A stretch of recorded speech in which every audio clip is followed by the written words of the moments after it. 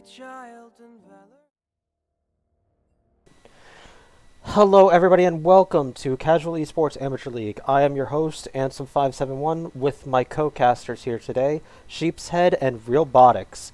We will be bringing to you GoonSquad versus Guardian Gaming. Before the match gets underway, we have a quick announcement. Just make sure everybody understands.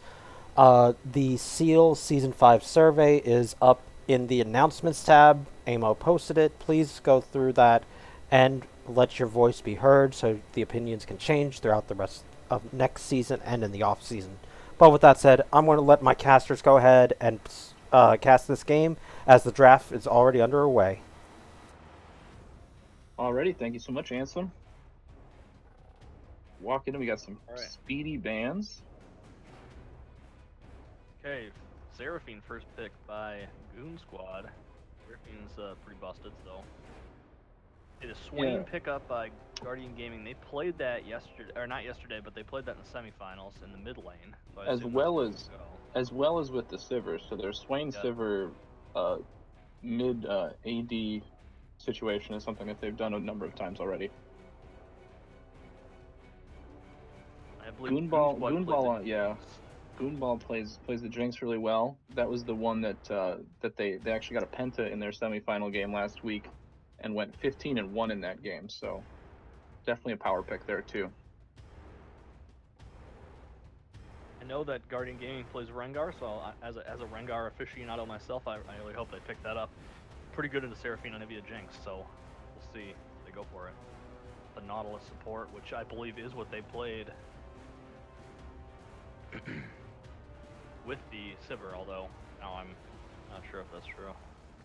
Yeah, I think they played the Nautilus with the Sivir one of the games, maybe. Go Narban. So it's like both teams have top jungle to pick here in the final pick rotation, so we'll see what kind of bans come out. Yeah, it's kind of an interesting pick order. Guardian Gaming is forced into that because they really, really wanted their Swain Sivir, but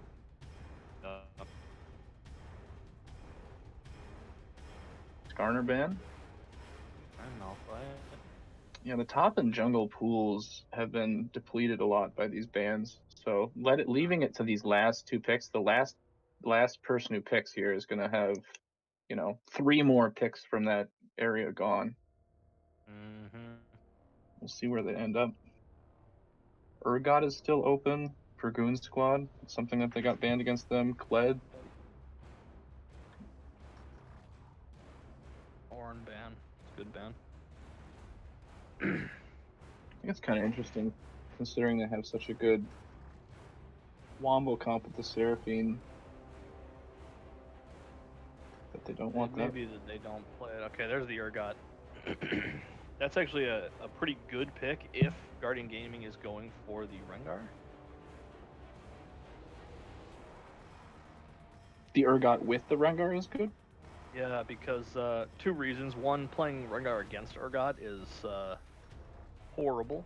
Horrible experience. And also, Urgot can ult to follow up on kills if Rengar, Rengar gets his ult off and then does the flash away or something like that. Good execution on those. And we picked two tanky team fighters here in the Zac and the Maokai. Zac jungle probably in Maokai top lane, although we have seen both. I have seen both those champs flexed in both roles, so it's possible we see the Zac top, although I think it's quite unlikely. Yeah, that'd probably be suboptimal. I think they look Rengar like they've definitely got a team fight group is 5 kind of team comp here, which is going to be really effective in this. The Elise jungle. A little more magic Elise. Yeah, I like the Elise pick. Yeah, I like the Elise pick just because it kind of gives them another tool to beat the team fight grouped as 5 comp if they can make picks and early game moves. Yeah. Elise is probably the strongest, or certainly one of the strongest early game junglers right now. Does a ton of damage early, can put a lot of pressure on lanes. Yeah, and in my experience, she might fall off in her usefulness as a whole to a team. But when it comes to 1v1ing AD carries, if you can land your combo on them, you can one shot them basically throughout the game. Yeah, I think that's definitely true. The Seraphine definitely is going to help mitigate that, though, I think.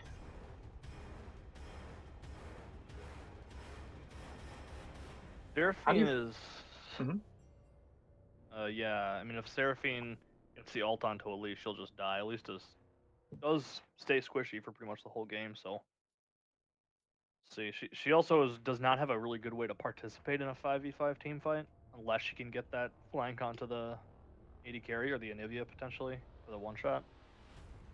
Yeah, I think their only saving grace is that Sivir, Swain, and Urgot all can output a boatload of damage in a team fight if they can not get focused down. Yep. Yeah, I think they're not lacking for damage or anything really actually on the side of Guardian Gaming. Got a pretty well-rounded comp, I think. Yeah, I think I'd probably say I like GoonSquad's comp a little better. Just because I feel like Seraphine is pretty busted throughout all levels of play. And the Jinx pick is going to be really strong. It's one of Goonball's favorite champions.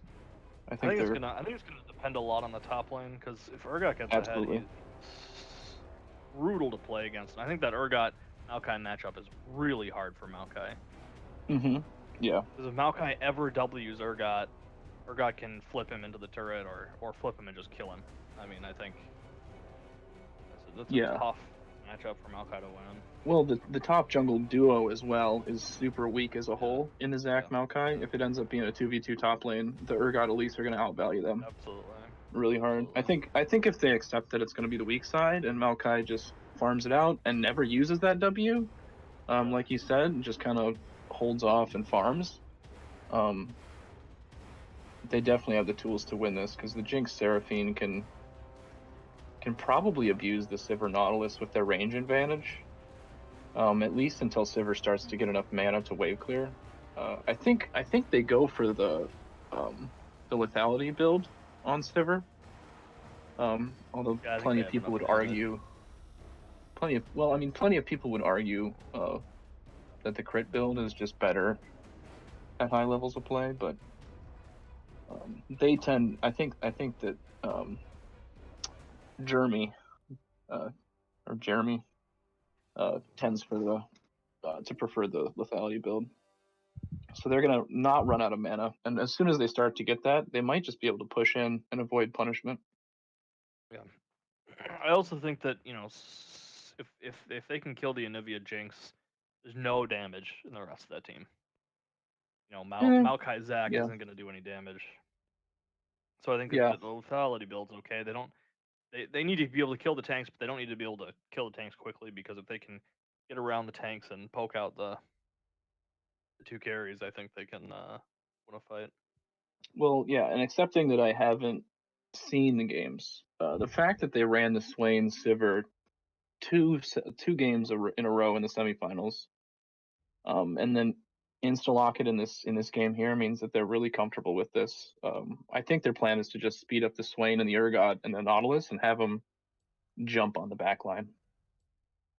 And then clean up the Maokai and Zac with a drain tank Swain. Okay, we're going into game here, so. Oh, wait, just kidding. Yeah, we have a spectator delay still. Gotta bait the audience. Yeah, sorry about that, guys. We'll see. This should be a good game. I think actually both comps are fairly even. I don't think either team has a massive advantage. Yeah, and I don't know if we mentioned it, but in the regular season, they each took a game off each other. Guardian Gaming has had some big changes to their lineup since then. MMPR Blue Ranger swapped from mid to support, and they had some moves, but those games actually were really close, and it ended up being based on I think it was the kill score or the time difference in those two games. That was the only reason that they had, first seed versus second seed.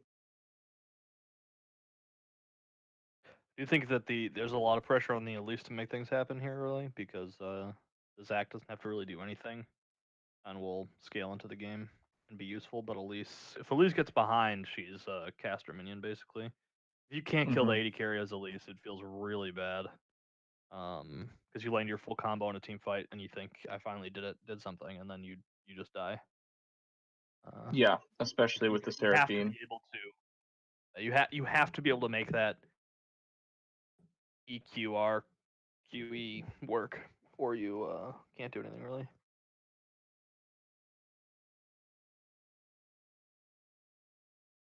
Yeah, I do think Guardian Gaming will have pushing lanes. Theoretically, I don't know. I haven't seen Swain in solo lanes a lot. From what I've heard, he runs out of mana really, really fast and struggles to push waves with the changes that they've made to the queue. Sure.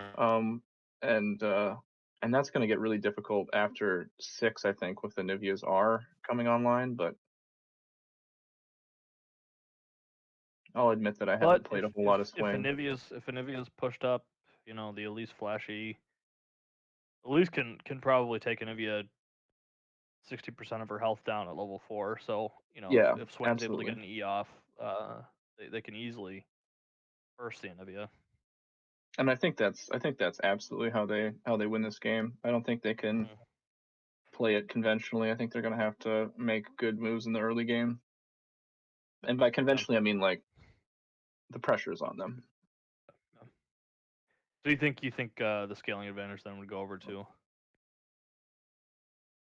Yeah, I think we're going into game. Yep.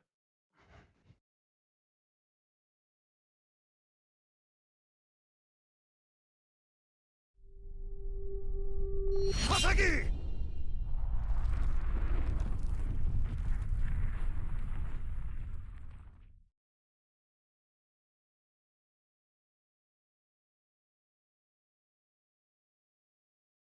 Okay, we're loading into game. Yeah, so Sheep said you'd say that you'd give the scaling advantage over to GoonSquad on this one. Yeah, I'd say so. I think Guardian Gaming's got the better lanes. But yeah, I think late game it's going to be really hard for them to execute a like a 1-3-1 that's necessary to split these to outmaneuver the Anivia. You know what I mean? Because outmaneuvering these low mobility carries in the mid and bot lane, Anivia's or Seraphine as well, with like the Sivir ult and flanking and Elise tricks, is going to be the way into the game, and that's just not something that's very easy to do. You know what I mean? Yep. Yeah. I'm not there yet. Oh shoot! Yeah, I'm gonna have to go back. I'm glad I didn't spoil anything. My PC runs on a potato. Oh. So I figured it'd turn into vodka pretty soon here, but I'm trying to get that to work, but the technology just isn't quite there yet. Are you ready? I'm at 10 seconds now.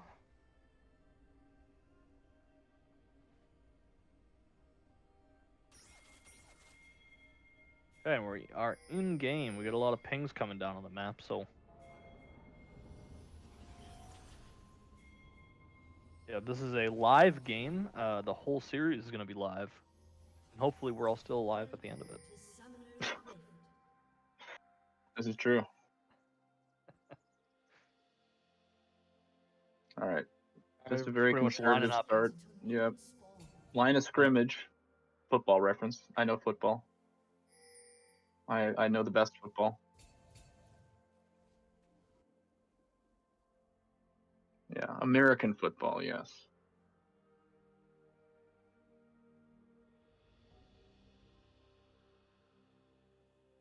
Yeah, thank you. Yeah, no level 1 invades or shenanigans at all going on in this game. I feel like the edge would be towards each other out. Yeah, it would be towards Guardian Gaming with the Nautilus. Yeah, Nautilus is pretty good level 1. He's got 2 forms of CC. And Zac is pretty much useless, especially actually if you can just force Zac to take his ear as Q level 1, it slows down his clear pretty bad. Oh yeah. Mm-hmm. He needs to get a really good leash off. Got some good trades from Swain here on the mid lane, although he is giving it back too.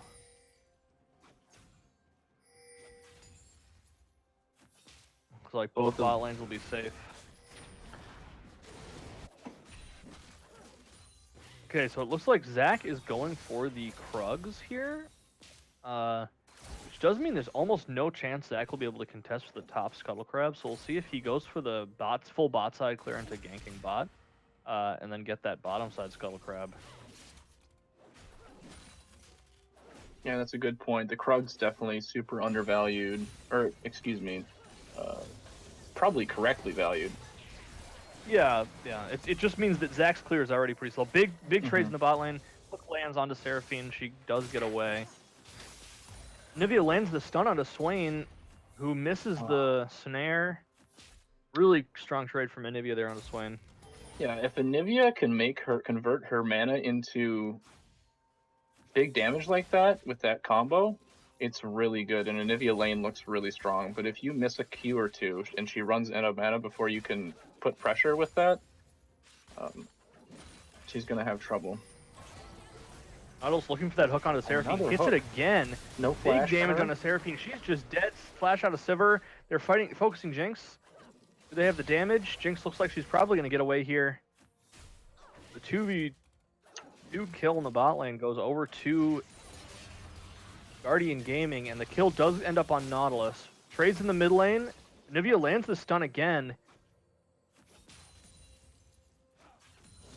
Yeah, and Anivia has this range advantage with her auto attacks, and this is really helping her hold on in this lane because she does outscale this Swain almost certainly.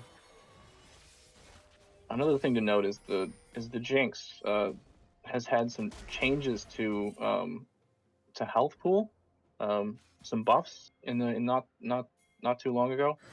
So okay, so we've got Seraphine out of position again, trying to check on the crab, and dies to Nautilus.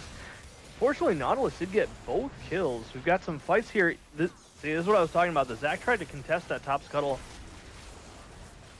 Looks like Zac dies. Elise is barely still alive. She comes down. See if they can get out of this. Looks like they will. Urgot going in onto Anivia, but misses his E over the wall. Anivia is almost out of mana here, but they get out of it. So that's what happens when your Zac jungle tries to contest Elise. Oh, another E on the Anivia and blows the passive. Swain pops the passive on Anivia. Likely not going to be able to get a kill here.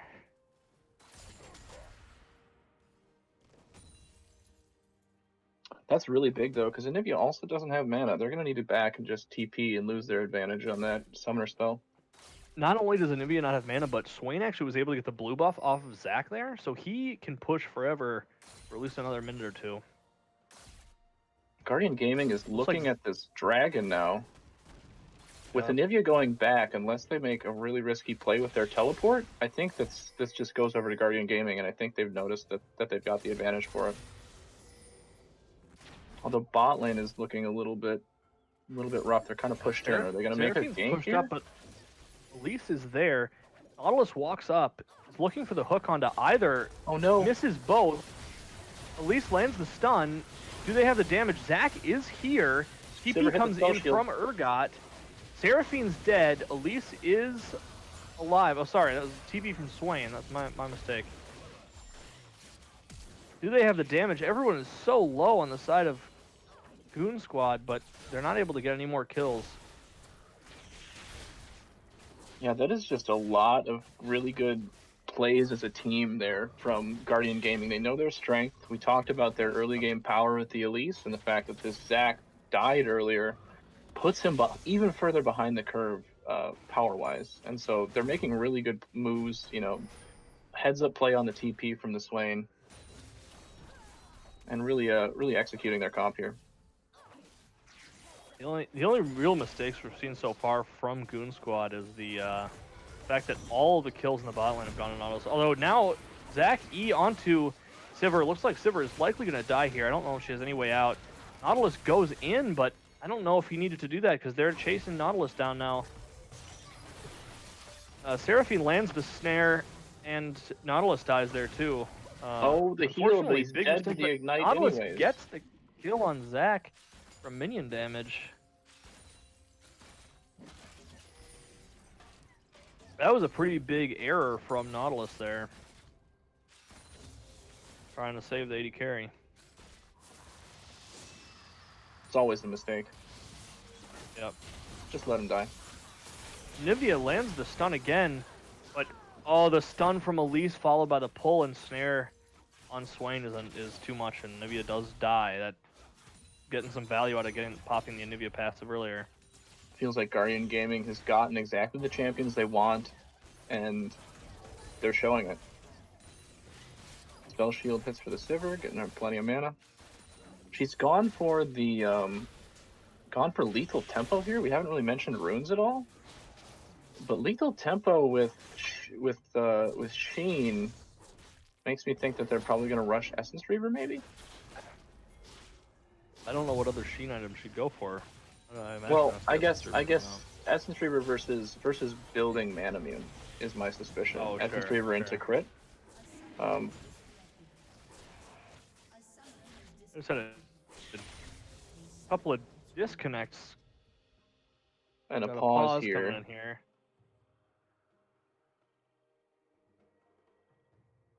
Looks like Maokai is back into the game, but the AD carry on the Sivir is still DC'd, so see if he's able to get back in the game. There's the reconnect. Looks better.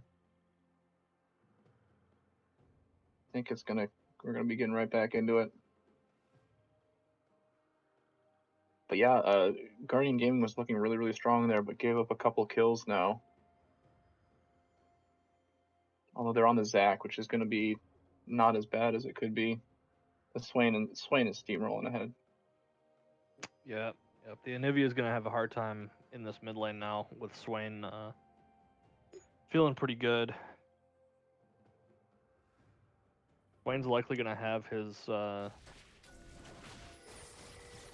what I imagine is Leandry's finished pretty soon here. I wouldn't be surprised about Everfrost being a completion here. That's true. That's also definitely possible. Because of the way that they've been playing. Oh. Hey, Zach goes in for the steal, does not get it. Zach looks pretty caught here. I think he's not alive. Kill on Nautilus. TP coming in from Urgot. Maokai already TP'd. Swain ult is on. Elise picks up the kill on a Maokai. They're chasing onto the bot lane of GoonSquad. Jinx is dead to Sivir. Urgot seeing if he can get onto this Seraphine. Seraphine flashes the Q. Looks like everybody else is going to walk away. I believe that was a 1-for-1 overall. We had another kill onto Zac in exchange for a kill onto Sivir. Actually, I take that back. It was a 1-for-2. Swain also got a kill onto Maokai there, so... Yeah, none of these kills are getting on anyone but Zac. Yeah. Unfortunately, they were not able to pick up the dragon, so that was a 2-for-1 in favor of Guardian Gaming as well as the dragon. They kind of got everything they wanted there.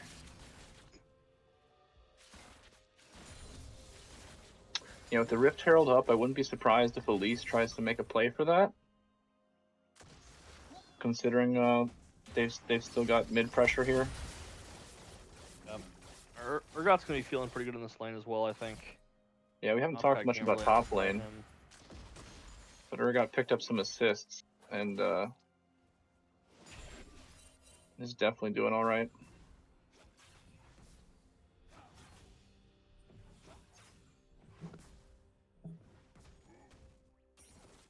We'll see if Zac is able to maybe make some plays bot lane here. The bot lane from Guardian Gaming has been playing pretty aggressive. It's possible for Zac to get some long range engages now that he's level 6. He's got a lot of CC and his E should be level 3 now, so Yeah, they're definitely on the back foot, but they're not getting steamrolled. These return kills have helped the Zach stay in the game, which is really important because if he can't get 100 to 0'd by the Sivir, looks like Zach got himself caught pretty badly here, going for that Scuttle Crab.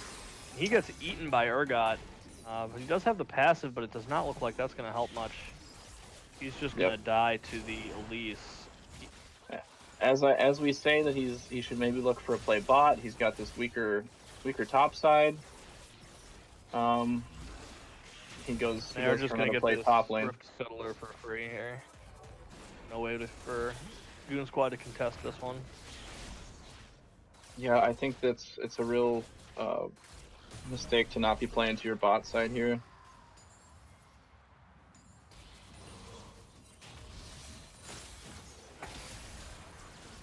Nivea does land a stun, does a lot of damage, walls off the Elise. That was a good Nivea wall. Yeah, beautiful wall on the Nivea.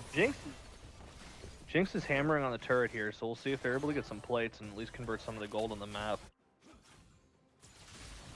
Yeah, they don't have any vision though. And I don't know if they spotted the Elise earlier there. So they should kind of be careful here. I don't know if they've got any wards. They did see the Elise on the Anivia wall mid lane. Oh, so I guess they can assume she's. Yeah, we've got a Zac mid. Swain pops ult, but it does not look like it's going to be enough. Oh my goodness. Swain does die to Anivia. We finally get some gold onto one of the carries in some of these kills, so that was actually quite a lot of gold. The shutdown kill onto Swain. Yeah, Anivia's died a little bit and had a little bit of trouble getting started, but they're now at the point where they can control their mid lane, and that's scary for Swain because of how short range he is. This is definitely still a game here. And Anivia is one of those sort of hyper carry type champions where if she gets really strong, the damage she can put out in the team fight is massive. So Zac is now looking bot, but Elise is here for the counter gank. We'll see if Zac looks stepping up really aggressively. Sivir's in a 1v2. Oh, TP immediately. Zac goes on to Sivir. Sivir is dead. We've got the TP from Swain in the bot lane, but they are able to pick up the kill onto Zac, but Zac did get the kill onto Sivir, so... This Swain is hitting all of his E's. I think GoonSquad has really got to be looking out for these skill shots, because if he doesn't hit these E's, these fights are entirely different. Yeah, and they had full knowledge of the Zac. I don't know if we've seen any pink wards come out of the bot lane from GoonSquad. I can't be sure, but they definitely have a much worse vision score, and definitely, like, with considering their strength in that lane, they didn't get any vision in the bot side of the river before they got before they tried for that Zac play, and so they got punished by the TP and the Elise counter gank. Even with all that, though, Sivir was playing way too far up and did die. I think unnecessarily, in my opinion. I think she did not need to be playing so aggressive. They had vision of the Zac. But either way, they're able to pick up the bot turret with the Rift Herald, so that was a good use of that. They were able to get plates on that, so something like 5 plates to 1 or 2, maybe. Sorry, six plates, I think, on the side of Guardian Gaming. I think 2 plates on the side of GoonSquad, but it could have only been 1. I did not see how many plates Jinx was able to get bot lane. Yeah, we've got them looking for the dragon here. Death push here onto Swain. Seraphine does miss the stun, and Swain's able to flash out. They're in a really bad spot now. Nautilus is able to get the ult onto Seraphine. Zac is just dead here. Sivir's chasing down the Maokai. Oh my god. That death rush. Oh, he hits the death. Oh, he's not able to pull him in. Oh, are they? That was strange. The animation went off, but he must have healed or something. Anivia is not really in a good spot though here. Does not look very likely that she's gonna make it out. It was a good attempt on the death push there, but they're not able to get the kill onto Swain, and so then they just sort of turn around and get collapsed. Yeah, notice the pink ward and the two wards for Guardian Gaming there on that little old banana bush and the pixel bush there. They had the vision control, and so when Guardian or when GoonSquad tried to make that play with less vision control, you know, they just got caught out again. You know, especially when you're on the back foot like that. You know, it was only the second dragon. They really should have been looking at a play top lane, taking this Jinx to take that top lane turret out, or something else. You know, because now they've allowed this 5,000 gold lead.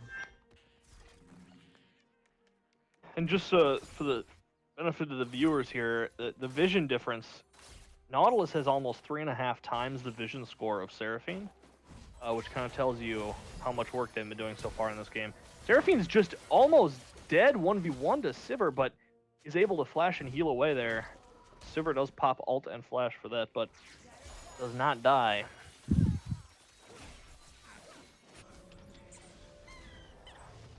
Oh yeah, no flash from the Sivir. Oh no, Sivir did flash there. Or excuse me, ult. So they've still got ult for a play here. Yep.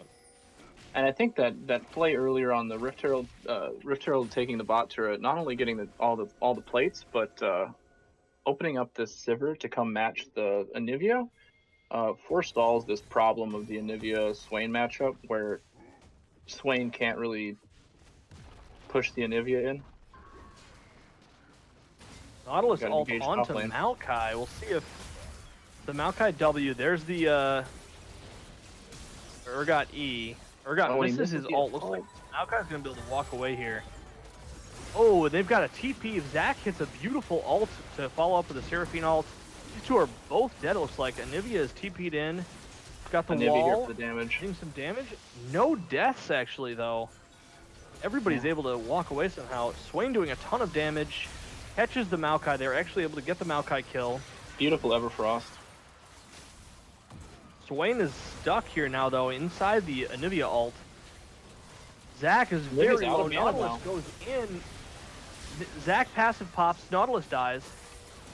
Jinx gets killed by Elise. Sivir is able to pick up the double kill in the back end. And Urgot's chasing down the Seraphine. Barely misses the Q, and Seraphine is going to walk away. They're going to turn for the Rift Herald. It was a 1-for-4 in favor of the side of Guardian Gaming. Again, it looked like a really good play. I think the Seraphine ult maybe was a little too early, though. You know, I think they needed to wait for Guardian Gaming to fully commit. Wait for the Zac to start the engage, and then layer the Seraphine ult afterwards. Because as it was, they didn't have enough. They didn't layer the CC for long enough when the damage carries were there, when the Anivia was there, to actually execute anyone, and then... Yeah, I mean, I think they just lost. Yeah, they just didn't have any damage to follow up on the. Yeah, they're still in a mode where they need to be scaling. They need to be pushing out these waves, taking calculated trades.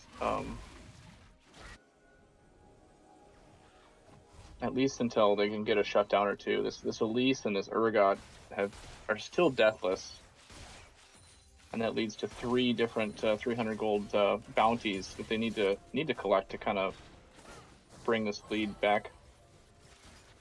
That was a dangerous little play there. I don't know if the Elise actually could have killed one of them totally, but they probably could have blown a flash. I think Elise could have maybe killed the Seraphine there. They're setting up for this dragon. So they're trying for the death push. It is spotted out by Jinx. Zach barely gets away. Even if Swain hits a huge snare. Oh, the blast comes over the wall. Looks like they're really looking to start something, but Maokai doesn't have TP yet. Get away. It's up very soon, probably 10 seconds. Nautilus starts it off with the Nautilus ult into Swain E. Zach with a huge knock-up into Seraphine ult, but Anivia's dead. Urgot's chasing down. Yeah, you can see how this comp could have really just destroyed that team fight fight if the Maokai had been in that fight, had the TP, and if they had just a little bit more damage. Yeah. But as it is, they really are unfortunately going for these fights when they can't.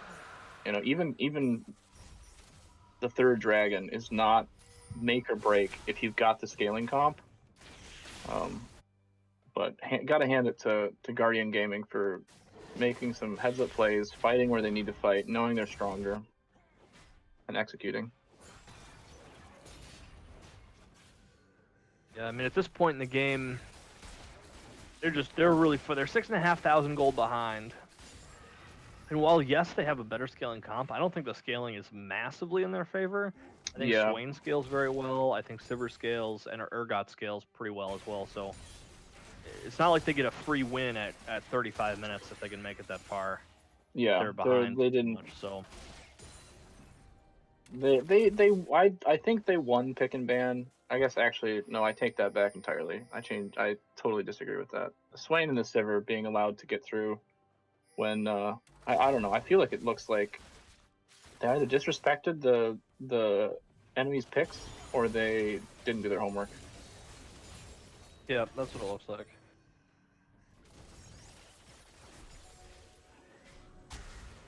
I think this guy on Swain looks really, really comfortable on that pick. Mm-hmm. I think they should really be looking to get him off of that in the next game. And they've I don't know if the Sivir's been as much of a problem in this game. Playing well, but Sivir is not really sort of the focal point of the team comp. Yeah, I mean, I can see that, but I think the Sivir enabling the Swain, I think the combo itself, yeah, I think they could give up the Sivir potentially and let them have the Sivir again, but yeah. At least hits the stun. Maokai looks like he's just dead. Does drop the ult there at the end, but it's not enough. They're looking for more. Seraphine pops the Banshees on Swain. There's the Sivir ult. They're chasing down the Jinx. Oh, Jinx does get hit by the Nautilus ult, and this looks like Nautilus is going to be able to layer all the CC here. Jinx is just dead to Sivir. Things are not looking good for GoonSquad. It looks like Guardian Gaming may take this to Baron. Mm-hmm. Now, Zach is up, but he's on the wrong side of the map to try to make a hero play here. Yeah, Guardian Gaming is making this play with all the cards in hand. You know, they've still got the ults that they need, and they've got flashes and the vision control. So it's just clean up at this point. Zach has no business doing this. See if the Swain tries to poke him down.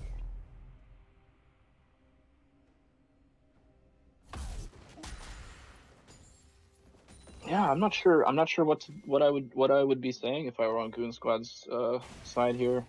Perhaps just the best of three, waiting so for they're not Guardian out Gaming of to it. make a mistake. Yeah, they've got to hope that not. Guardian Gaming throws heavily, I think, at this point, because they're so far behind that even the tanks and Maokai and Zach are not really feeling very tanky.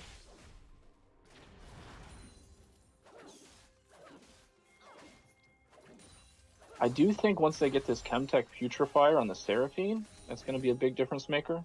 Particularly considering that Guardian Gaming has greedily not done anything in regards to anti-healing with a Maokai Zach Seraphine.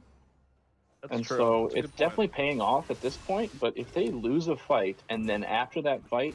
Sivir gets engaged on by Zach, but Zach doesn't have a second target for the Q. Zach is really far out of position now. And that Sivir only uses Gale Force and ult for that. She still has her flash, so that was definitely not bad at all. But like I was saying, if lands the stun onto Urgot, but Urgot's just going to turn this and can just maybe just win the 1v2 here. Urgot is very strong, and Maokai is not. Another fight coming down here. Sivir going on to Seraphine. Zach is kind of caught, but is able to E away, and nothing really happens. I think Seraphine lost some summoner spells in that fight, maybe. Yeah. Was the biggest outcome, and as well as this turret push. Looks like that was They probably. don't have anyone defending it for the moment here. They're gonna have. They don't have melee minions, so they can't auto attack it themselves. But they've got the cannon. They might just turn for the soul as well. Does look like what they're gonna do. Swain hits another E and is able to half health Zach with just E and Q and W there. Yeah, this Baron buff is gonna expire really soon here. See if they can get the dragon and then maybe use the Baron recalls. Urgot needs to get out. Pressure top lane. Looks like Urgot is just gonna try. They're gonna try to collapse on Urgot and give the soul, but Urgot's fine with that trade, and he actually is able to get away anyway. Yeah, Urgot don't get hit by the Zach. They don't have any damage here. Like, Urgot may just kill Zach. Zach has to flash. Maokai ults Urgot, but Urgot flashes away, and he's still alive. So after all that 5-man collapse onto Urgot, Urgot's able to get out for just a flash. He still has his TP up. And more importantly than that, that collapse not getting anything, it comes at the detriment of them retaking their red jungle and getting the bot wave pushed and getting the top wave pushed, Yeah. Which is something they really need to do so they can start to contest this vision on the Baron.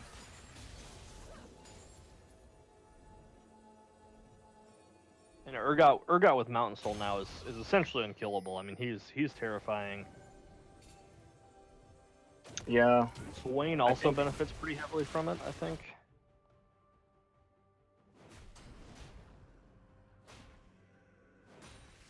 I think we're gonna have to see a major misstep here in the next 4 or 5 minutes. Let's make it 2.5 minutes because the Baron is gonna almost certainly be the target as soon as it's up. For Guardian Gaming to lose this one, I think. They've got the Urgot on the bot lane. They've got the TP on him. TPs are up for everyone, but at this point, I really don't see him being very useful for the side of GoonSquad. Yeah, I think if GoonSquad's in a 3v5, they're gonna die before the TPs are able to complete. Yeah, and I think that's an argument for the Sivir. The Swain has difficulty getting on people. He's immobile. Yep. I think the Sivir ult is really, really fundamental for their 4-1 split here. Although they're just gonna group up mid here. They're definitely playing respectful. They're not looking to force anything before this Baron is up. They're just fishing for anything that's free. And with these Banshee's Veils completed on their 2 AP champions here, it's really hard to start something. Yeah. Elise is going for the Void Staff next, it looks like, which I am a huge fan of. Yes, and that's definitely going to be most bang for her buck. I don't know if Seraphine is almost to completing her Chemtech Putrifier. She's probably got another combined cost, probably about 500 gold, I think, before she can complete that. Yeah, it's really big for her to get that in before this fight. She can get a lot of value out of that in a team fight. Although really, I'm not so sure anymore because the Jinx has already gone for the Mortal Reminder anyways. Oh, and Zach gets caught here and just dies. Pops the passive. That's just Elise and Urgot, basically there. Kill the Zach with no jungler. They have basically no way to contest this Baron. I think this vision control is wholly responsible for the way this game is being closed out so cleanly. This is really well done by Guardian Gaming. Seraphine and Elise, let's hope they get some of these wards out of here in this red jungle, hopefully, before this fight happens. And they're making a good play to look for this bot turret, although if they can just TP bot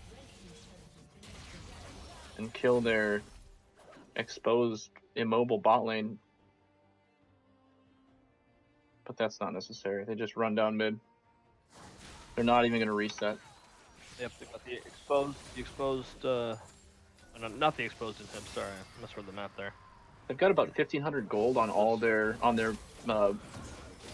the Anivi actually makes a big play there and gets the stun on the Sivir, but Zach looks like he's almost dead. Maokai gets a pretty big ult onto all 5. Jinx gets the first kill, but Urgot is just tearing up the backline. Gets the kill on with the ult onto Jinx.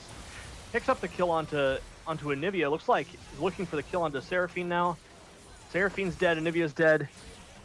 That team fight almost looked like it was going to go to the side of GoonSquad, but Urgot just runs down the backline by himself. Yep, looks like the game ended ahead of time. I don't know. I don't think we get to see the very end, but that was a bit of a just bit guessing, of a but I smash think there. I think Guardian Gaming was able to win that one. Yeah, I'd put money on it actually. All right, so that was an exciting first match. I was hoping it would be a little bit closer, but Guardian Gaming coming out swinging. I think there are going to need to be some changes to the pick and ban. Yeah, just looking at how the pick and ban went this last game, if I were GoonSquad, I would be looking to drop probably the Udyr ban for the Swain. Mm-hmm. Yeah, looking at the damage though, the Urgot coming out ahead, but Swain and Sivir not far behind. Really. The fact that Urgot can do that effective. much damage while building relatively tanky is terrifying. I really hate playing against that champion. All right, we're going to go into a quick little intermission and then come back with the game 2. Hopefully see a run back and a full series tonight.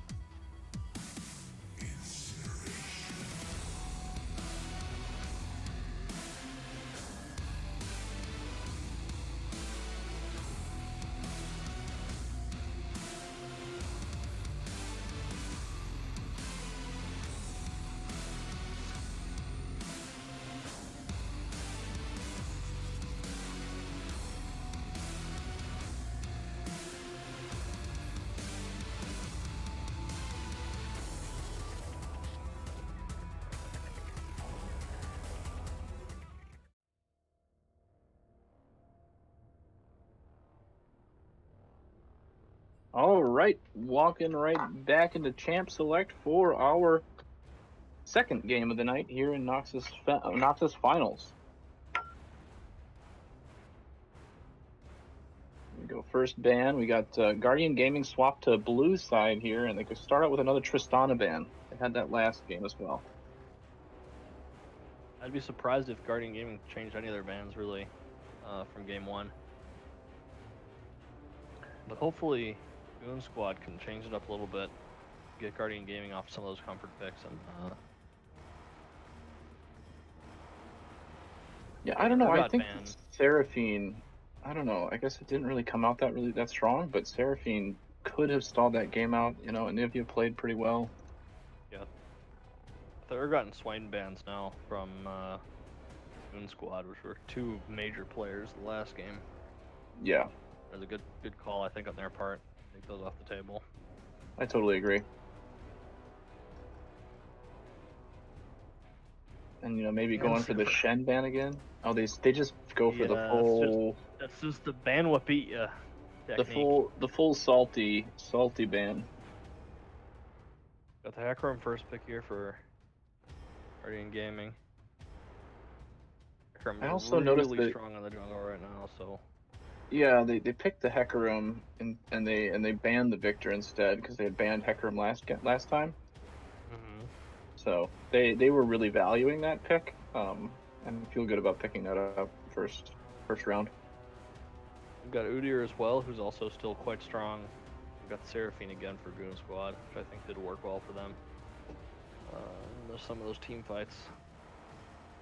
Yeah, I think the Zach player last game looked like someone who plays a lot more comfortably on an early game champion like Udyr. Mm-hmm. Kennen and Ahri coming out. Kennen was banned last game by GoonSquad, I think, so see if there was if that was worthwhile ban or not. They do expose what their top laner is and their mid laner, so they're going full counter pick on their bot lane, which is kind of unconventional, but we'll see how that goes. Like it. They were probably worried that those priority picks are going to get banned though. And then the Anivia, another pick that looked really good overall. Yeah, Anivia did play well. I mean, got it looked like a strong point for their team. Yeah. And Nautilus ban. Nautilus was able to make a lot happen in the bot lane. Some of those 2v2 kills off of some good Nautilus hooks and pressure. Jinx ban from Guardian Gaming. Ban's a little different. Although we haven't gone this far down on Goonball's champ pool yet. Or excuse me, Jamuri's champ pool yet. Both teams need to pick one bot laner at least. We'll see what GoonSquad does here, if they're going to pick top or AD carry. I suspect AD carry, but we'll see. Okay, they go for the top laner. Probably set top lane. I think that's a curious choice that they wouldn't save that last pick for, I guess. Okay. Oh. Set is Twitch, so that does make a lot more sense. So they did pick the AD carry there. Okay, we've got Kai'Sa locked in with Rakan. Kai'Sa Rakan looks like something that can really do a lot after level 6 for diving. Kennen, Ahri, Kai'Sa Rakan, Hecarim, that is a very dive heavy comp. And if they get ahead, it's going to be really hard to turtle against that, I think. It is a lot of magic damage, so if they're able to pick up a tank in the top lane here, maybe they can do something. And they do. It looks like they're going for the Malphite maybe here. Yep, so they've gone for the Malphite top. I suspect it'll be full tank, which I think is a good pick. He can kind of turtle against the Kennen and eventually be very tanky. Yeah, I think it's interesting considering the fact that they went full magic that they didn't go for the Maokai again. But they probably just don't feel like playing that champion after a loss like that. And the Malphite ult is going to be a lot more valuable to potentially wombo with the Seraphine and the Twitch and the Anivia. They've gone for another another team fight comp, but they've got the Udyr to kind of pull them into the late game, hopefully.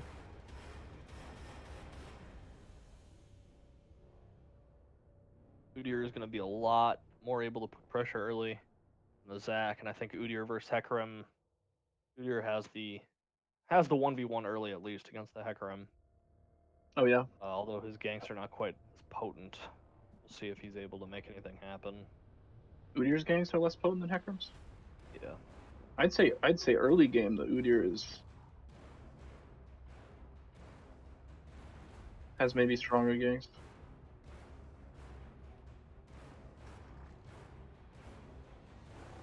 What's that? I think that Hecarim has better ganks pretty much around the board. Udyr's ganks are too easy to just flash out of, I think. Hecarim E is really strong, especially ganking mid lane against the pre-6RE. Or pre-anything Anivia, against Anivia in general. Although Anivia wall does really suck for Hecarim. And they were playing really comfortably on Anivia. Had some good walls. That's one of those things where if you see someone making the edge cases of their champion really pay off for them in ways that they did, like with the walling off the Elise in that one fight.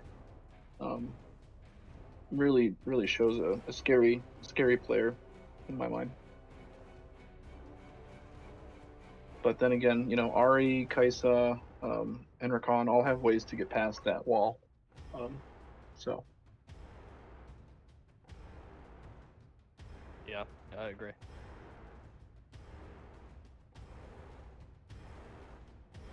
So what do you think? Overall, how would you rate the team comps?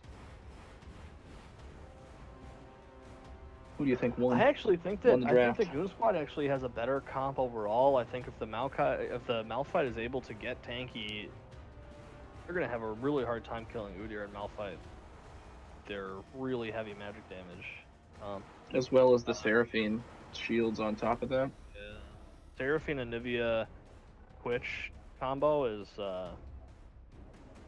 brutal in a 5v5. If they're able to set that death bush up with this comp instead of the one they had last game, they would have won that fight around Dragon, I think, and do a lot with this kind of a comp, I think. Yeah, potentially.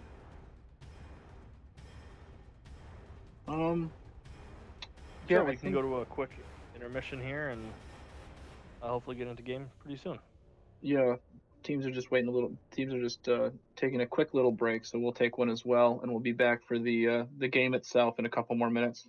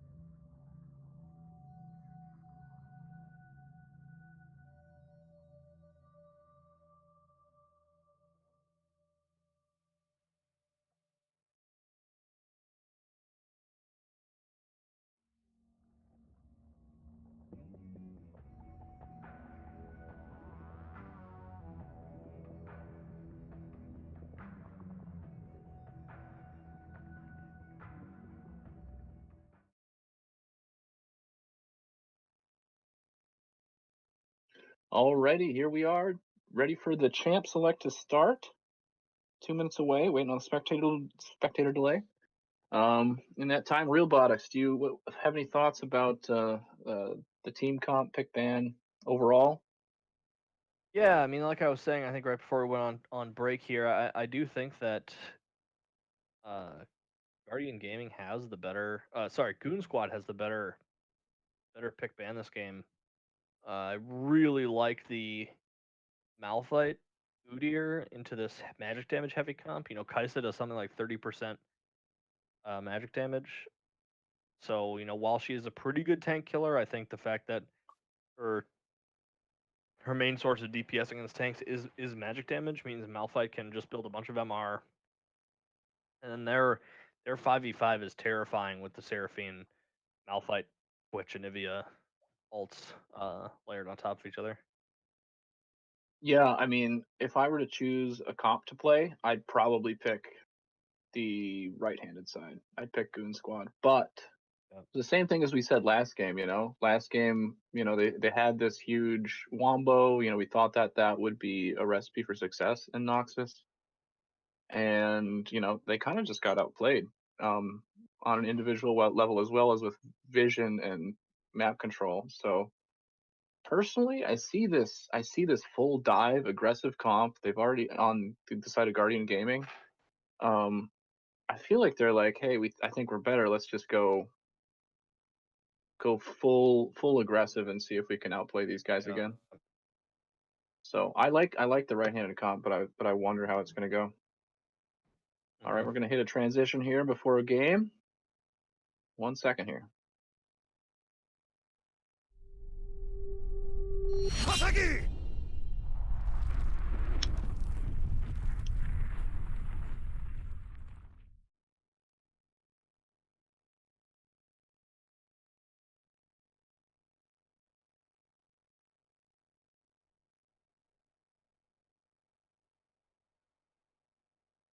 All right. Got a couple KDA skins, All right, I see. We're waiting to... Yeah, we did not talk about the skins last game, but...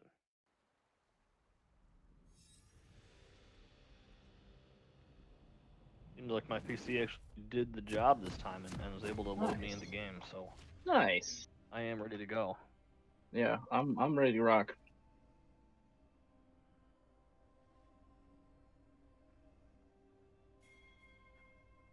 Alrighty. Alright, let's see if there's any more level 1 shenanigans this time. Last game we didn't see very much, but it looks like we do have some pings from Guardian Gaming up to that top side bush, but maybe the comms saying something different because they are splitting up.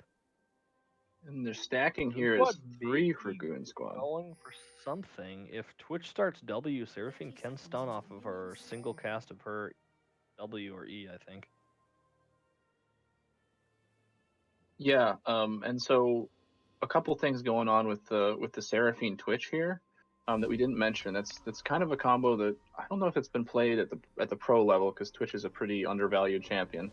But in solo queue, it can make some really big success with the fact of the slow on Twitch Venom cast, allowing Seraphine to stun on her E, as well as the fact, and this is maybe not talked about as much, that Twitch can invis into the lane, and then Seraphine can ult over him from invisibility and get a really good engage off into Twitch ult. Quick little pause.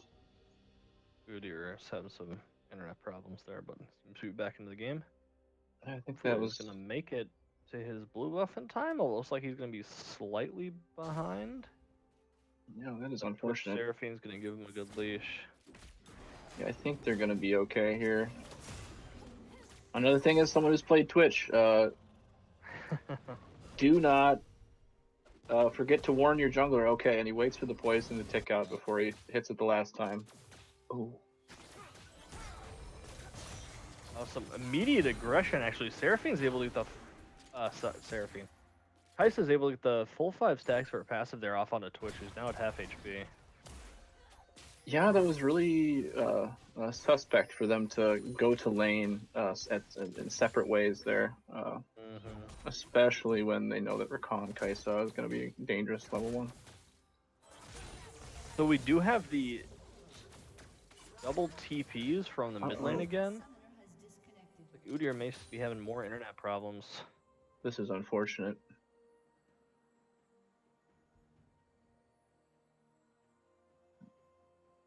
Hopefully he's able to resolve that. Reset his router or something. At least he's not in the middle of a team fight. You know, that's the... Yeah, but then again, these happen. first couple seconds here, you know, to get that first clear done can make a big difference. He's already going to be down a camp for what it looks like a gank mid lane. But if that pays off, you know, it's a whole different ball game. Really strange though. From maybe it's a spectator bug actually, so disregard. Looking at the runes and masteries real quick, phase rush on both the Hecarim and the Udyr. I don't know. Does Hecarim do that as often as like Conqueror, or is that is pretty much that is Hecarim typically goes phase rush.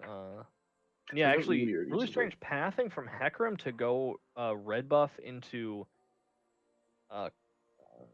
what used to be Raptors. Yeah, red buff to Raptors to Krugs here. So he's almost certainly looking for a play bot lane with that early path, but his bot lane's pushed up. I don't know if he's going to be able to make anything happen. He actually loses a lot of time having to path all the way back to top lane. He kind of doubled back in that bot clear, and Udyr's running into his jungle, looking to make something happen. But I don't really know what Udyr's looking for either here. Some sort of strange play from the junglers. Looks like Udyr was checking the red buff to see if Hecarim had started blue, but is now kind of just running back. I don't know if maybe for some reason they didn't see the leash. I didn't watch. I guess if maybe they didn't leash and he took Raptors into his bot side. This is really tragic. Yeah, we're just gonna have a restart. I think. I don't know if anyone can see the chat on the stream, but yeah, Udyr's gonna have to restart his client. We'll see if he's able to fix the problems he's having. But it looks like Hecarim went for that 3 camp clear into back to buy boots. Not sure. Have you seen that before? I don't think I've seen that before. It's certainly not what I do on Hecarim, but I'm not a Hecarim main by any stretch of the imagination. So maybe that is a tried and true method he's got here, but he's not going to lose a ton of time because actually Udyr kind of matched his bad pathing, or slow pathing, I guess I should say, by going to check that red buff. So they're actually pretty even in where they are on the map right now. So they're going to hit that top Scuttle Crab at about the same time.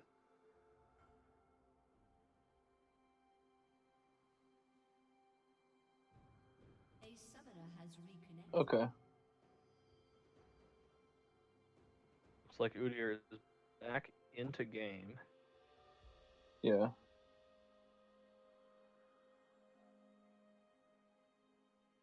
I will say, because I did check just for the record, because I was suspecting it.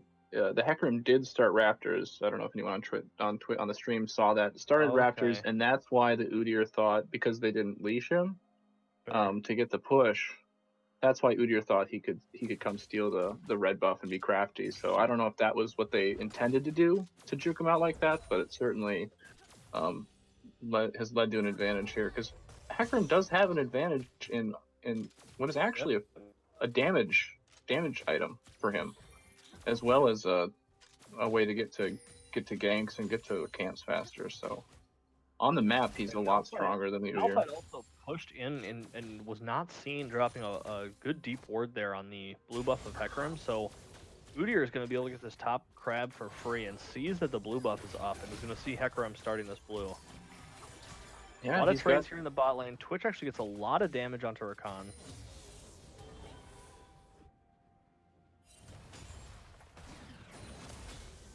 Udyr could try to transition this into a gank mid into that bottom Scuttle Crab. But it looks like he's not going to go for that. He's just going to keep clearing his topside jungle.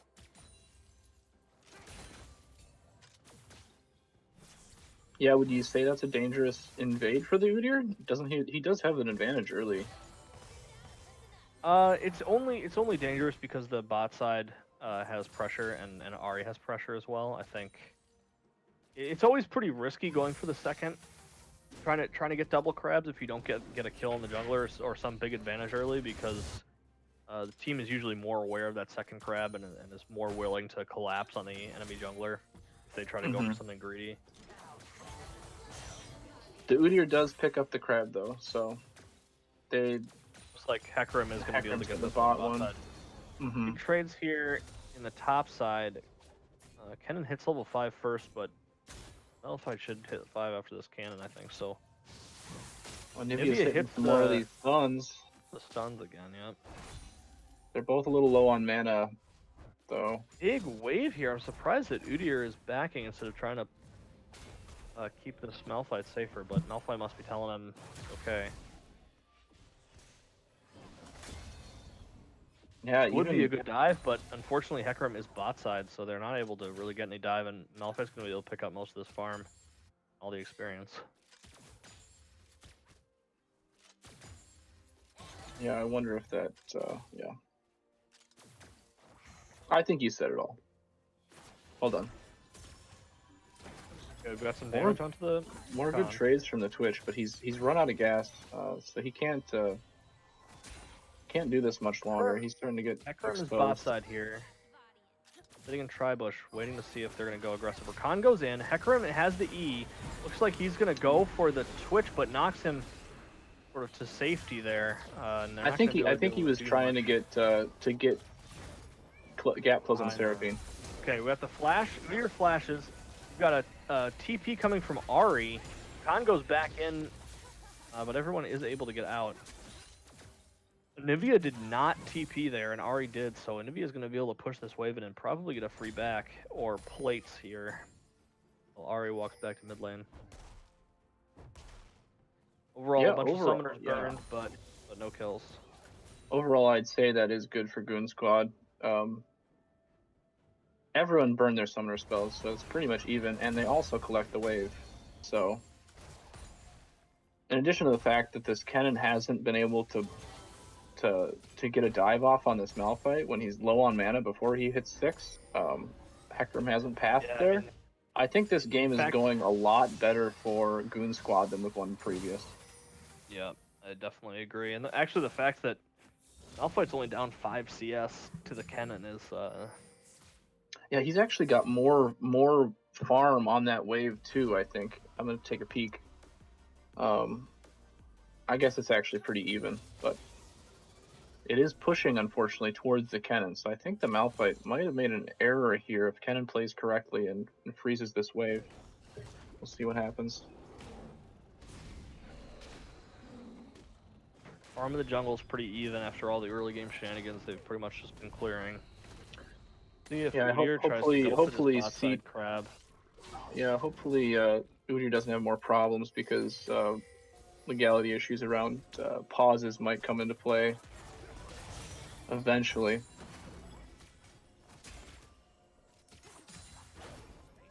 Does he just start the dragon? I don't think they see it. Looks like Udyr did the crab and is going for the dragon here. Looks like Hecarim is going to try to ward that out. He suspects it. Does see it with the vision plant. Udyr just backs off and leaves it alone. So he's just back on it now. Yeah, they just really think they want this. Coming up here. See if Kaisa Rakan is able. They've got a TP coming in from Kennen. But all 5 members. Oh, the stun. GoonSquad are here. Nivea hits a pretty big stun. I wonder if they're going to try to make something happen here. Malphite ults in, so does Kennen. Kennen picks up the double kill, and Hecarim gets the dragon. Kennen picks up a triple kill, and Ahri is on Malphite here. Ahri lands the charm. Malphite's pretty tanky, but he doesn't have a lot of health left. Good flash away from the Rakan. Malphite has to flash away, yep. Overall, that's a big play going over on the side of Guardian Gaming again with a triple kill onto Kennen. He's going to make that lane really hard for Malphite now. Yeah, as it turns out, when push comes to shove and Malphite versus Kennen happens in a team fight, at this stage of the game, the Malphite got a good ult on the back line, but the Kennen does just more damage, and they're able to, and he's able to pick up 3 kills.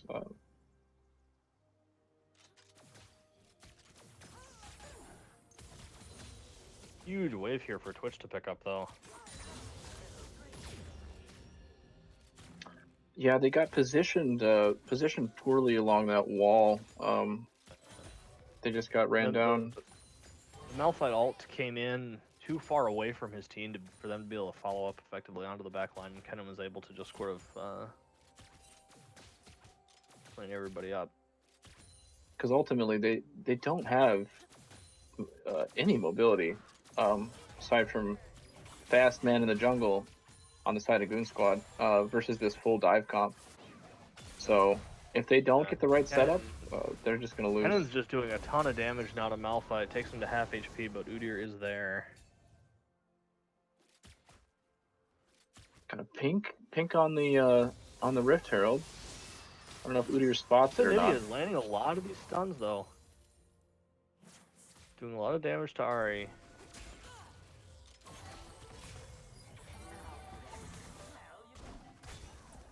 Udyr's on the Herald, yeah.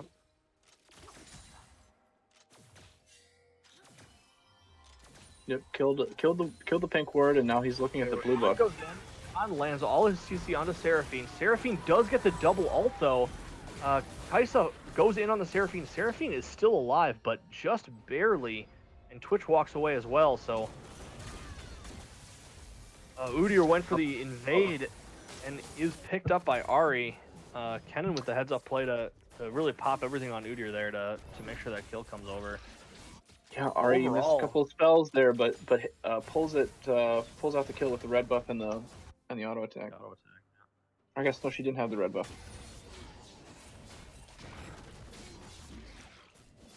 Overall, another play going over in favor of Guardian Gaming there with the aggressive invade from the Udyr.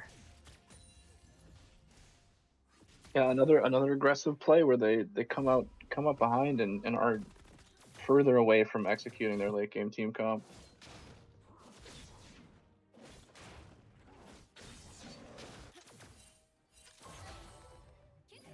Kennen likely is going to be able to finish up his Night Harvester soon. He's going to make him an absolute terror in team fights. Ahri misses the snare, but Udyr changes back into turtle form at the last second, so he doesn't get the stun onto Ahri, and Ahri just kind of walks away. I don't know if that was a misplay or not there, but I think Ahri's going to be fine. Here we've got a TP back from the Ahri. Anivia has her TP up still.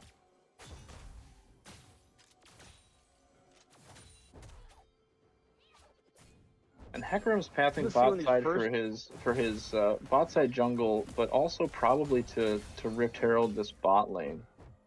Yep.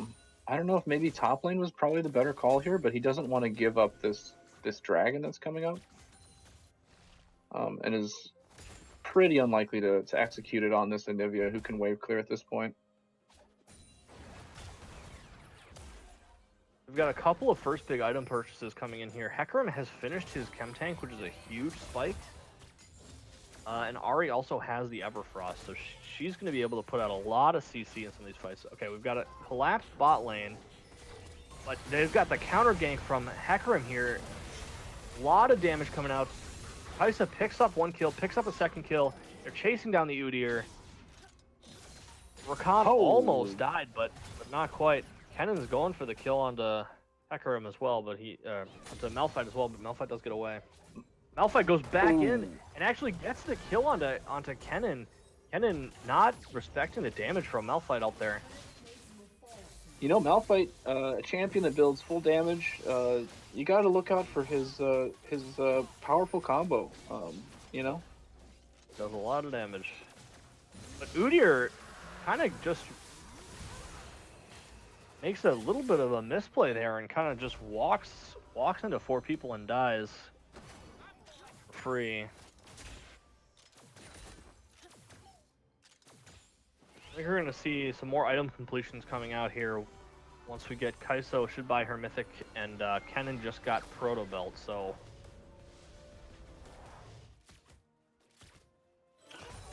Yeah. Force on Kaisa.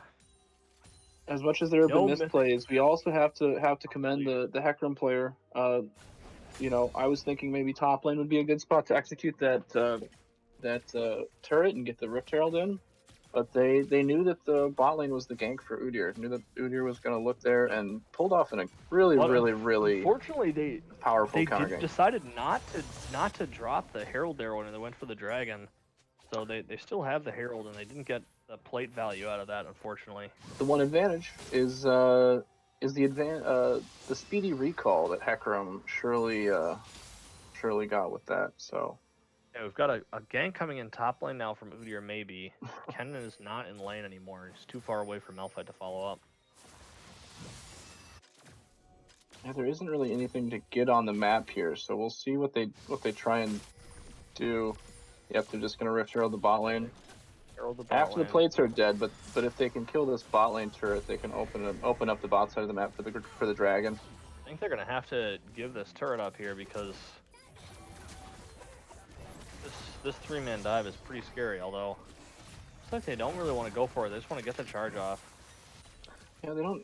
I guess don't want to make any too aggressive plays against the Seraphine, who can ult and possibly turn something.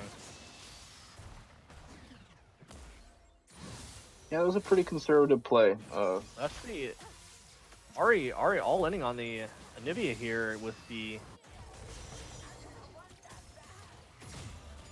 charm landing, but is not able to make anything happen. So Anivia is pretty low. See if Ari's able to convert this to a kill somehow, but for now it looks like Anivia is able to just kind of wave clear. First Mythic taken up by the Udyr here for the side of GoonSquad. Oh, beautiful flash by the Ari. Lands the Frostfire.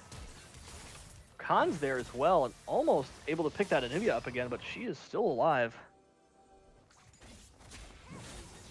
But low health bars on the side of GoonSquad now, so we'll see if they're able to get this turret. Looks like Twitch is looking for a play onto the Kaisa, but Kaisa's pretty fast and wasn't playing too aggressive, knew that there was danger, so we'll walk away. Yeah, being unable to kill the AD carry that's been left alone in the bot lane is a really bad spot to be, because that support player is always just going to make a huge difference when it comes to these 4v3 fights on the other side of the map.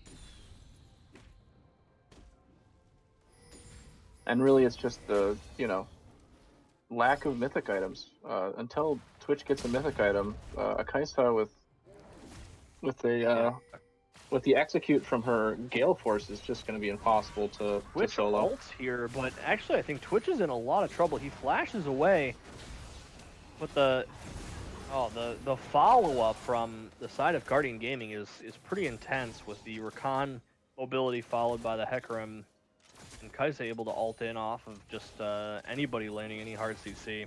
Yeah, Twitch does die. Another stun, but nothing to come of it. You really love to see it. When a team picks a comp like this, and then you see how it goes for them, how they likely play, normals or ranked flex or whatever, or clash with this comp. Just looks so much fun to play when we can all just dive on the enemy Twitch and pop him. Udyr looks like he's looking for a dive here into the Kennen. Malphite does have ult up, so he's got the Rift Herald too, but there's a TP. They have the TP come in from Ari to try to stop this dive. Does stop the dive, but they're not able to pick up any kills. That was a good play, though. That's what they need. They need to keep the Kennen alive. Need to stop this Udyr wherever he goes. However, Guardian Gaming is in a better spot for this dragon here, so maybe they'll be able to. GoonSquad, excuse me, is in a better spot for this dragon. Yeah, and with the Rift Herald mid, they might be able to just pick it up. Should pick up this turret, but no, looks like they're gonna get the turret, the Herald killed. But Dragon should go over to the side of GoonSquad here. I don't know. I think it's a little bit early to say. Hecarim still has, almost has ult. Okay, that is the. Hecarim didn't have ult. Like they're gonna be able to get out clean. Seraphine clearing vision from their blue side jungle. Yeah, great move by GoonSquad, but now they have awful positioning on their mid lane. I'll see if it looks like they're not going to get much damage on the mid lane turret here, though. Yeah, not a clean call to just focus down that turret. So all they get is vision in the blue side jungle.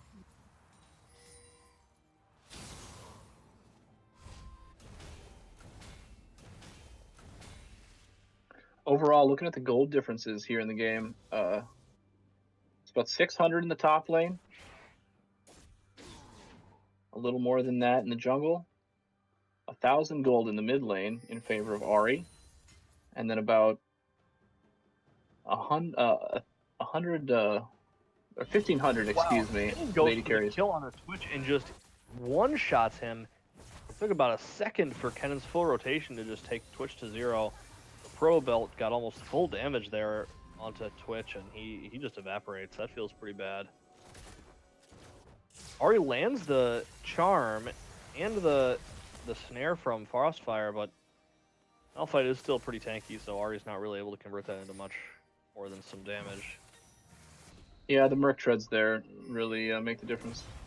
Rakan going in hard onto this Udyr, and again we have the Seraphine, the Kai'Sa able to follow up the Rakan CC, and Kai'Sa's able to get the red buff here. See if they're able to get more. We've got Malphite TPing to the top lane, but he is potentially in a bad spot here, with Kai'Sa putting out a lot of damage. Seraphine ult. Seraphine does hit a big ult. Kai'Sa gets 1 kill. Twitch gets caught by the Rakan and dies. Kai'Sa looks like she's gonna die to Udyr here. Rakan may die to poison, but Udyr's not able to pick the kill up onto Rakan. He somehow lives miraculously. And Ahri's able to get the kill onto Udyr. That's a 1 for 3, I believe, going over in favor of Guardian Gaming.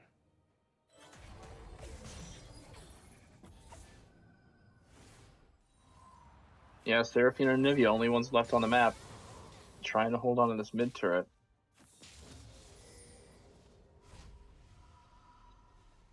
Seraphine got a lot of value out of her ult there, but it was not enough to keep everybody alive. Twitch got caught out of position, and Kai'Sa was able to put out more damage. Yeah, they're getting a lot of they're getting into a lot of fights here without all the pieces in play, you know, and part of that is just because of how powerful this dive comp is. Like we said, they can punish you in these situations when you don't have your mobile carries in the Anivia and the Twitch and the Seraphine in position. Yeah.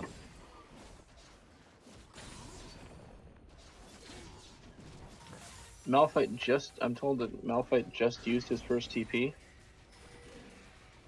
Udyr is caught here. Seraphine is able to save him with some poke from her E, but it's really looking like GoonSquad doesn't have a lot of options or ways to make plays happen on the map right now.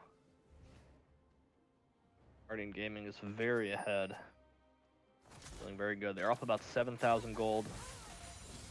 22 minutes. This is a pretty huge lead.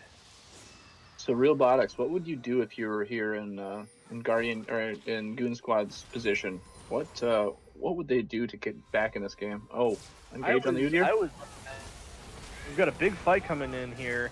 Ahri lands the charm. Seraphine gets a huge ult, followed by a nice stun. Oh my god, the Twitch opens up! Putting a lot of damage down, but Ahri actually is able to hit the snare.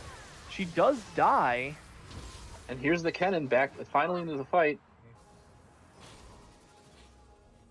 But they just back off and keep control of the jungle. Yep. So they got the kill. It looked like they started to pull off their comp with the Seraphine into the Twitch ult, into the Malphite ult, but Man, if it just wasn't enough to get anything but a shutdown and onto Malphite at that. They really need that gold elsewhere if they want to be able to make full use of it. But Yep. Twitch desperately needs some gold. He's 0-6 right now, which, you know, that's what happens when you play Twitch into a bunch of people who can kill you, but it really feels bad. yeah, I mean, it's not just the scoreline, but it's the items in pocket. Here, Kai'Sa's got 2 full items, or 1 full item on him, considering they've got the same components in the Zeal and the dagger. Guardian picks up their 3rd dragon of the game. And Twitch looks like he might just be dead. The follow-up from the Kai'Sa into the Hecarim is just too much damage. Not much they can do about that. Yeah, that feels awful to play against as an immobile carry like that.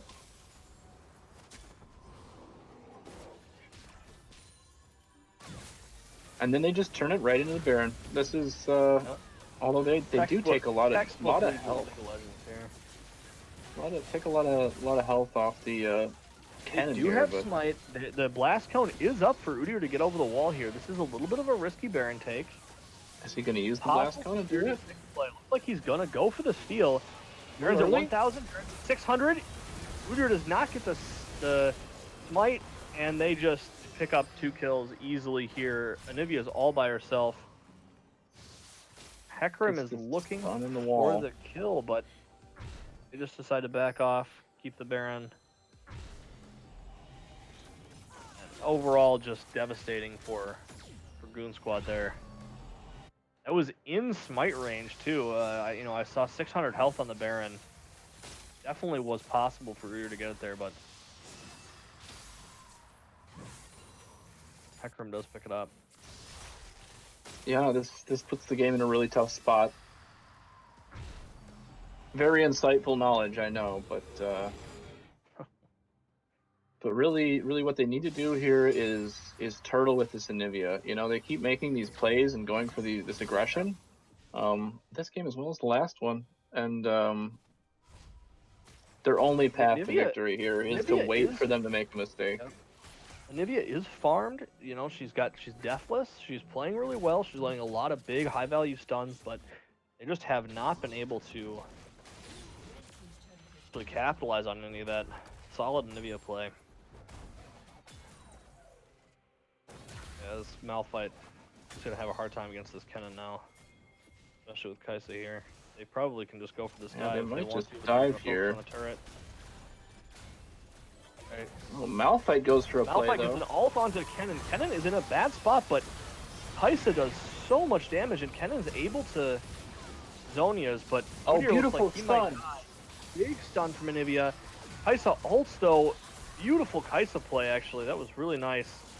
Picks up the kill onto Anivia. Hecarim's going in for more. Khan gets a 2-man knockup. Kai'Sa is doing so much damage this game. Kai'Sa with more damage on the Seraphine. Tags with Kai'Sa. Twitch is able to get the kill onto Kai'Sa. They might be able to turn this around, but looks like they don't want to push their luck too far. And crucially, the Ahri with her Baron buff is taking this bot in him, though. For free, yeah. All that while, the only reason that fight was even is because it was a 4v5 the whole time. Always has been, as they say. Always has been.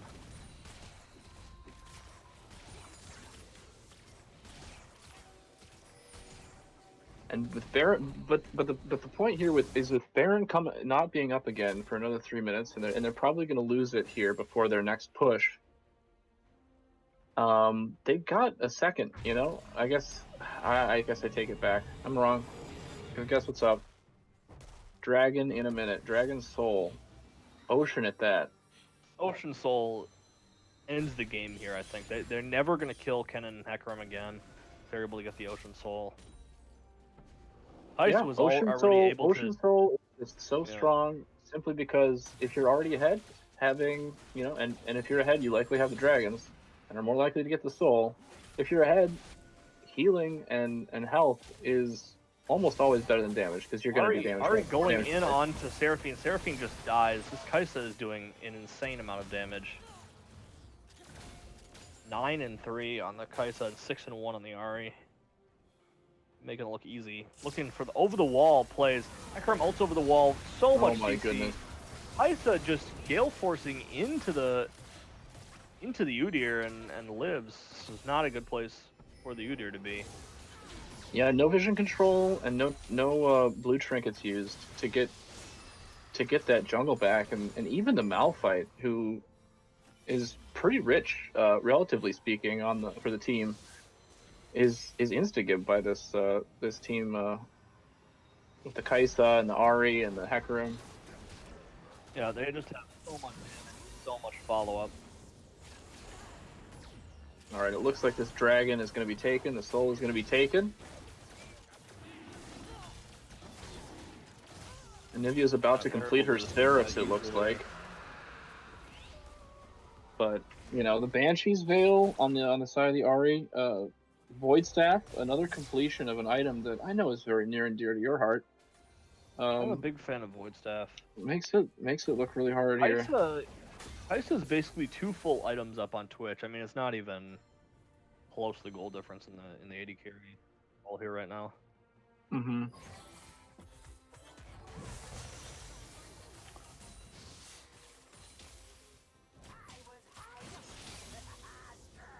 Yeah, Twitch is totally unable to make plays this game because of how behind they are. You know, Twitch, the advantage of Twitch, especially in the late game, is if you are even in gold.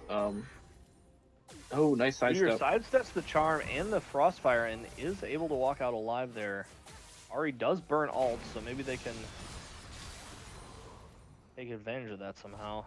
Yep, they're going to focus this top side and wait for these super minions in the bot lane to distract the Twitch, it looks like.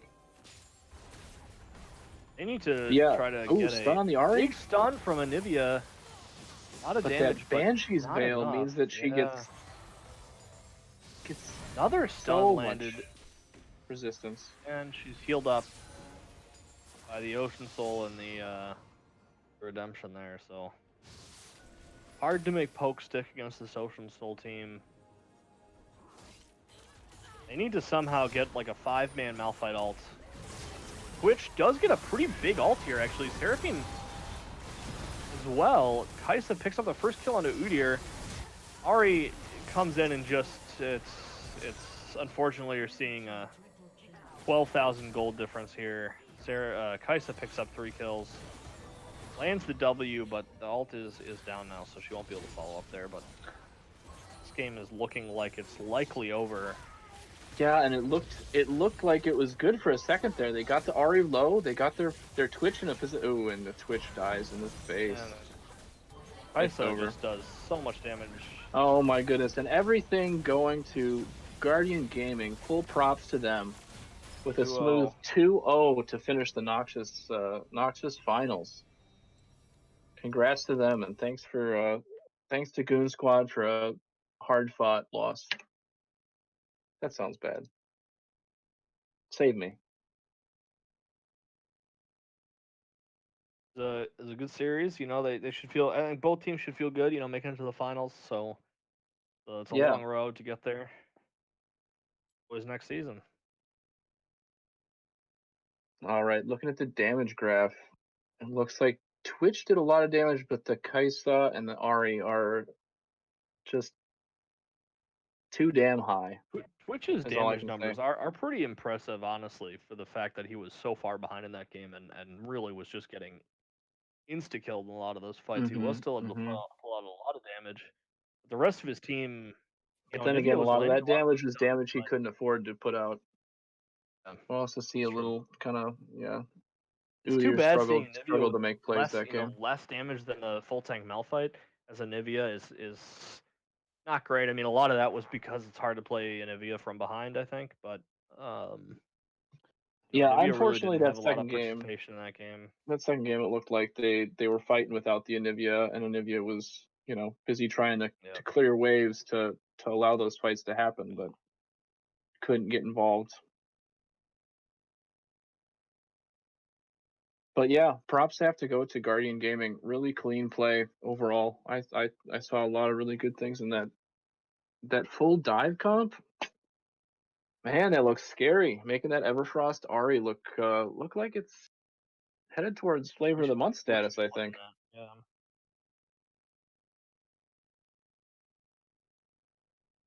Okay, and here that Godless, the jungler for Guardian Gaming, is coming in to talk to us about the game here. Hello. How's it going, sir? It's going good. How are you? Doing well. Excited to see some really strong games here. Can I first ask, how does it feel to win the finals here in Noxus? It feels really good, especially because it was a very I guess shit talking league. Oh, So was there a lot of shit talk? Well, it's just in our Noxus chat. It's just all Nice, banter, nice. but like it does feel good Yeah. to go out like this. Absolutely. Nice. Some Piltover good games for you guys. Piltover had a little bit of that too. I'm glad that other divisions were having fun with it.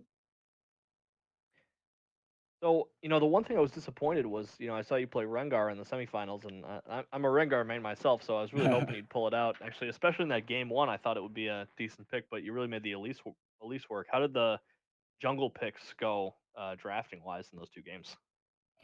We had a mission where we were just gonna give me counter because Ziggy can play a bunch of different, more tanky junglers.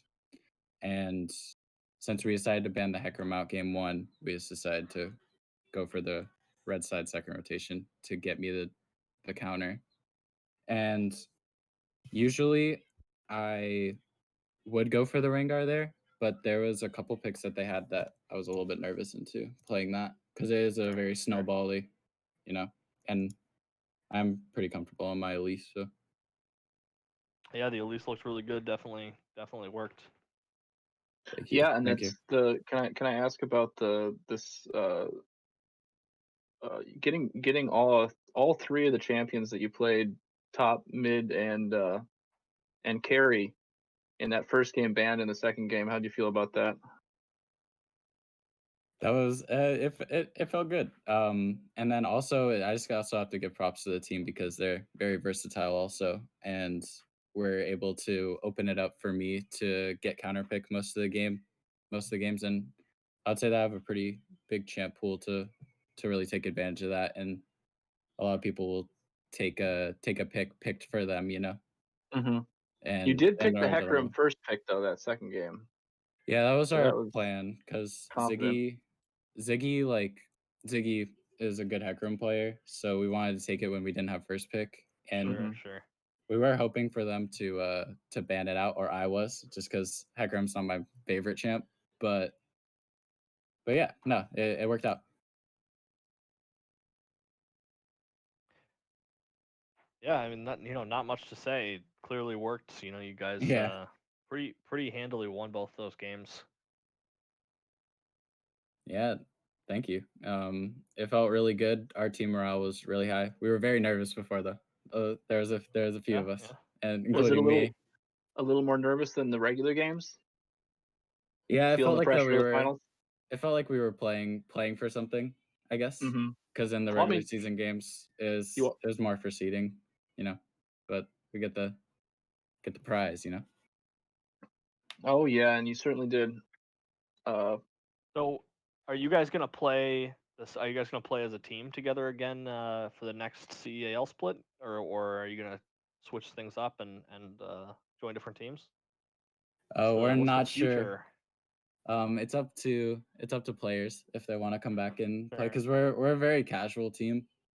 We used to play very like long scrim days, and when we used to play in like duo or something like that, Mm-hmm. or when we played in CAL, I'm pretty sure before also. I just don't remember what season. But yeah, we decided to take it more casual. If somebody wants to go to something where they'll scrim more or more practice, then it's up to them. But Sure. I think we're pretty strong with what we got. We'd like to stay together if possible. Well, there were some great games, so congratulations again on the win. Thank you very much, sir. Yeah, it was a pleasure to watch. Thank you. I'll see you guys around. Yeah, take care. All right. Thank you so much, everyone, for tuning in for this Noxus Finals match. Congratulations again to Guardian Gaming, and thanks for playing GoonSquad. Had some strong moments there as well. Upcoming, I believe we have a couple more finals matches that will be casted. I believe this was our last live one, but we have what's that? Yeah, and I think we have maybe 2 more vodcasts coming up to be determined what those times are. But like Ansem said earlier, remember to get your to take the survey for the league as a whole, and I know many divisions have MVP and honors surveys going out too. So otherwise, that's all for us. Signing out.